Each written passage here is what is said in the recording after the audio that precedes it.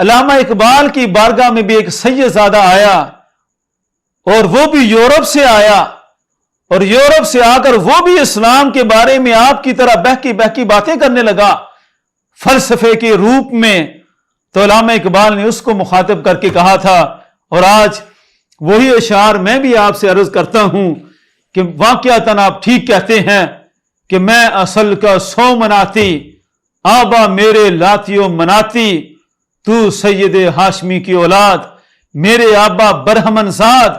لیکن شاہ صاحب اتنی بات ضرور ہے کہ دل با محبوب حجازی بند، کہ ہم نے دل محبوب حجازی کے ساتھ لگا لیا ہے، ہم نے رسول کریم صلی اللہ علیہ وسلم سے کامل محبت اپنا لی ہے، اس لیے دل با محبوب حجازی بند، اے پورے علی سے بو علی چند۔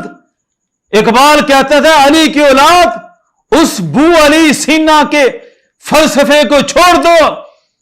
تو شاہ صاحب اے پورے علی سے فرنگی مشن بند، اے پورے علی سے موسیقی بند، اے پورے علی سے رفض خفی بند۔ آپ بھی ان کاموں کو ذرا چھوڑیں، اس گمان میں نہ رہیں۔ غرور زہد نے سکھلا رکھا ہے باعث کو خدا کے بندوں پہ اپنی زبان دراز کرے، کوئی پوچھے کہ واعظ کا کیا بگڑتا ہے، جو بے عمل پہ بھی رحمت و بے نیاز کرے۔ اس لیے آپ اس مقام تک نہ جائیں کہ ہمیں ہمارے آباء و اجداد کے تانے دیتے رہیں۔ اور اگلی بات آپ جو کہہ رہے تھے ہم تو عرب ہیں اور تم ہندوؤں کی اولاد ہو کر عربوں کی غلطیاں نکالتے ہو۔ شاہ صاحب آپ عرب ہیں تو بڑی خوشی ہوئی، آپ عرب ہیں تو آپ سے عربی میں ہی بات کر لیتے ہیں۔ شاہ صاحب ان كنت عرب وتريد ان يكون الكلام والمحادثة باللغة العربية فأنا حاضر وأنا مسرور جدا أنت تعرف العربية۔ شاہ صاحب عليك أن تتكلم وتحدث باللغة العربية، أنا حاضر في أي مكان في أي وقت، وسيكون المكالمة والمذاكرة والكلام بيننا بهذه اللغة العربية، ولكن العربية التي نطق بها القرآن، التي نطق بها الأحاديث، التي نطق بها الفصحاء الصحابة والتابعين وأهل البيت، وأنت تدعي أنك عربي فصيح جدا۔ شاہ صاحب عليك أن تأتي بهذه اللغة وأنت معترض أنا آخذ خطاياك۔ شاہ صاحب أنا أحكي لك حكاية عندما كنت في المدينة المنورة في الحرم النبوي، هذا دأبي، أنا آخذ خطايا في القراءة في أي مكان، كنت أسمع الحديث في الحرم المدني من الشيخ الذي كان يدرس في المسجد النبوي، وكان أيضا يخطئ كثيرا في العبارات وله خطايا كثيرة في القراءة، فذهبت إلى شيخ لي في المدينة المنورة، نعم، وله عتبة كبيرة في المدينة المنورة بالطريقة القادرية المكاشفية، وذهبت إلى شيخي وقلت له أن الشيخ الذي كان يقرأ الأحاديث ويدرس في الحرم المدني ويخطئ في القراءة خطايا كثيرة، فقال الشيخ يا زاهد أنت كويس في اللغة العربية، وقال لي آخر نحن العرب أجهل الناس بلغة كتاب الله۔ شاہ صاحب إنهم يعترفون أن اللغة العربية الفصحاء هم لا يستطيعون أن ينطقون بها۔ شاہ صاحب هذا دأبي وأنا معذور، أنا آخذ خطايا في الحرم، وكيف أنا لا آخذ خطاياك في الباكستان؟ وأنا أرجو منك شاہ صاحب أن يأتي منك مقطع الفيديو باللغة العربية، وعليك أن لا تفر كما فر مفتيكم مفتي جميل أحمد صديقي عندما تكلمت كلمات عديدة باللغة العربية، فأنا قلت له يا مفتي تعال باللغة العربية يكون المناظرة والمكالمة بيننا باللغة العربية فهو فر. والآن وأنا أطلبه أين الفر؟ وعليك أن لا تفر بل تأتي بالكلام باللغة العربية. أنا أنتظر شاہ صاحب.